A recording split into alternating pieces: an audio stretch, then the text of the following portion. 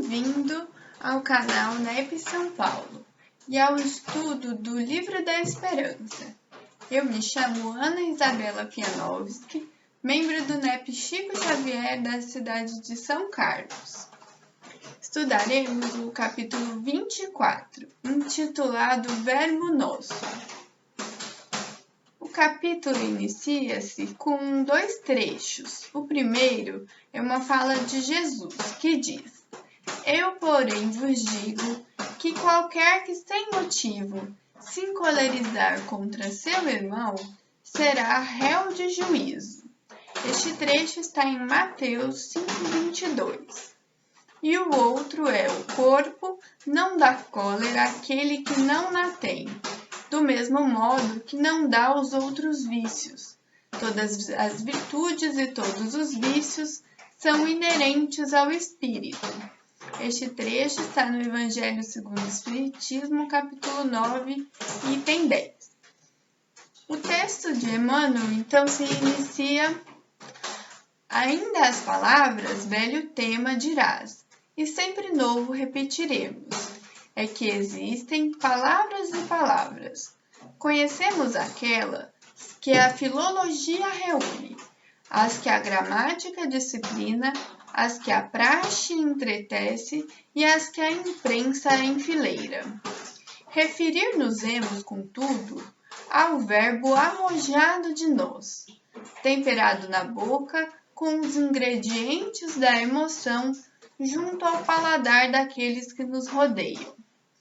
Verbo que nos transporta o calor do sangue e a vibração dos nervos, o açúcar do entendimento e o sal do raciocínio.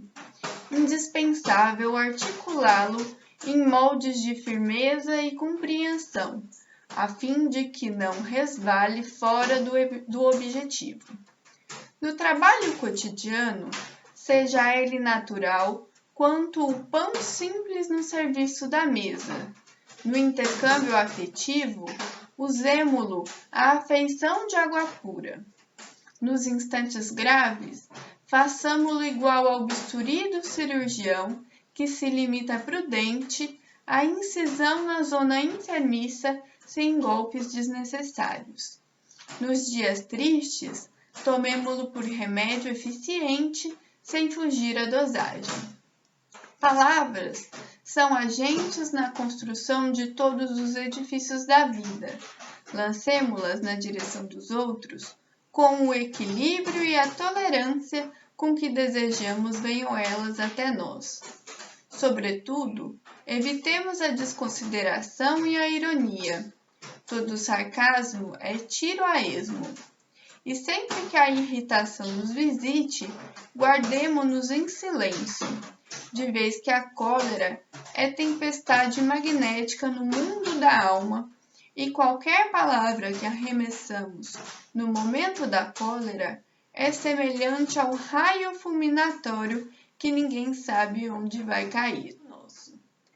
Emmanuel inicia esse capítulo destacando dois trechos. O primeiro é uma fala de Jesus, que diz: Eu, porém, vos digo que qualquer que sem motivo se encolerizar contra seu irmão será réu de juízo.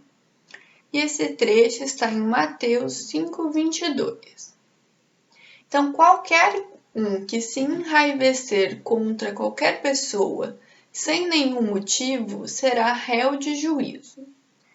Réu, segundo o dicionário, é alguém que está sendo julgado devendo responder à ação que praticou. No texto original, réu de juízo é a palavra crisis, transliterada do grego, que pode ser entendida como julgado, separado, distinguido. Logo, essa pessoa já tem responsabilidade sobre o ato que cometeu. O segundo trecho destacado por Emmanuel é o trecho do Evangelho segundo o Espiritismo, no capítulo 9, item 10, e diz que o corpo não dá cólera àquele que não na tem, do mesmo modo que não dá aos outros vícios. Todas as virtudes e todos os vícios são inerentes ao espírito. Então, há 2 pontos que eu gostaria de destacar nesse trecho. O primeiro é que a cólera ela é designada como um vício. E o segundo é que ela está relacionada ao espírito. Então, ela está ligada ao desajustamento íntimo do ser. Analisando o título e os 2 trechos destacados, não fica tão explícito a relação entre os 3, já que os trechos falam a respeito da cólera e o título é verbo nosso. Mas ao longo do texto é possível perceber a relação entre eles. O Emmanuel, ao longo desse texto, ele utiliza muito as palavras verbo e palavra.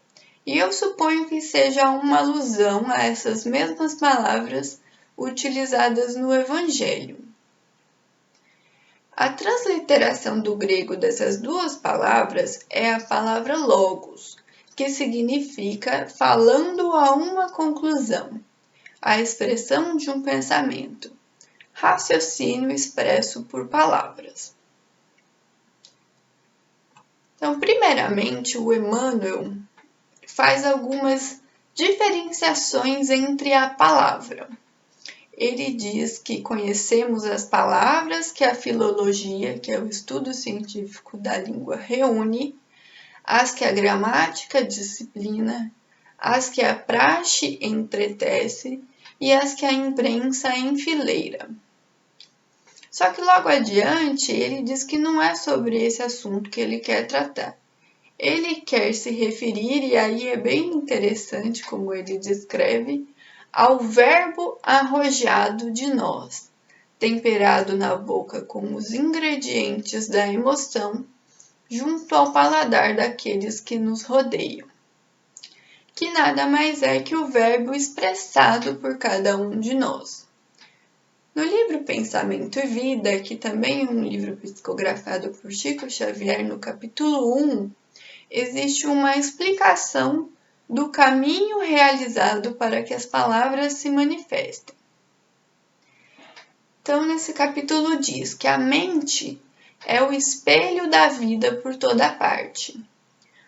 O reflexo desse espelho esboça a emotividade plasma a ideia determina a atitude e a palavra que comandam as ações. É como se o verbo estivesse então embebido da emotividade. Aí Emmanuel prossegue dizendo, no texto que nós estamos estudando, no capítulo 24, que as palavras são agentes na construção de todos os edifícios da vida. Lancemo-las na direção dos outros, com o equilíbrio e a tolerância com que desejamos venham elas até nós. Sobretudo, evitemos a desconsideração e a ironia. Todo sarcasmo é tiro a esmo. E sempre que a irritação nos visite, guardemo-nos em silêncio, de vez que a cólera é tempestade magnética no mundo da alma. E qualquer palavra que arremessamos no momento da cólera é semelhante ao raio fulminatório que ninguém sabe onde vai cair. Então ele diz da importância em saber articular as palavras, do cuidado necessário. No Evangelho segundo o Espiritismo, no capítulo 9, item 10, é dito que a cólera está ligada quase sempre ao orgulho ferido. Ela nada remedeia, pelo contrário, altera a saúde e compromete a vida. E se o colérico prestasse atenção, ele notaria que ele é sua primeira vítima. Então, no capítulo 14, intitulado Cólera em Nós, do livro Encontro Marcado, que é mais uma parceria entre o Chico Xavier e o Emmanuel, existe um trecho que sugere maneiras de driblar as adversidades do dia a dia e demonstra como o colérico é sua primeira vítima. Então, esse trecho diz assim: é assim que vamos vencendo em exames diversos opondo valores morais entesourados na alma ao assédio das provas, como sejam paciência na adversidade, resistência na dor, fé nos instantes de incerteza e generosidade perante as múltiplas solicitações do caminho. Chega, porém, o dia em que somos intimados ao teste da dignidade pessoal, seja pelo dardo do insulto ou pelo espinho da desconsideração. Somos alvejados no amor próprio, e se não dispomos suficientemente de humildade e compaixão, eis que a altivez ferida se assemelha em nós ao estopim afogueado de que a cólera irrompe em fuzilaria de pensamentos descontrolados, arruinando-nos preciosas edificações espirituais do presente e do futuro. Estejamos alertas contra semelhante poder fulminativo, orando e abençoando, servindo e desculpando, esquecendo o mal e restaurando o bem. Então, toda essa reflexão que Emmanuel propõe, seja nesse capítulo que estamos estudando ou na junção de todos os capítulos, é muito pertinente, né? Já que nas rodas de conversa, nas redes sociais, a cólera parece uma doença altamente contagiosa. E para que cuidemos do verbo nosso, o Emmanuel sugere que no trabalho cotidiano o verbo seja natural quanto o pão simples no serviço da mesa. No intercâmbio afetivo, usemo-lo à feição de água pura. Nos instantes graves, façamo-lo igual ao bisturi de cirurgião que se limita prudente à incisão na zona enfermiça sem golpes desnecessários. Nos dias tristes, tomemo-lo por remédio eficiente sem fugir à dosagem. E para finalizar, no livro Canais da Vida, no capítulo 10, que tem o título A Cólera, Emmanuel destaca que a passagem na terra é aprendizado, e revoltar-se o homem à frente da vida é recusar a oportunidade de elevar-se ante a luz da própria sublimação. É fácil fazer tudo isso? Não é de jeito nenhum, só que a educação íntima é necessária para o nosso próprio bem.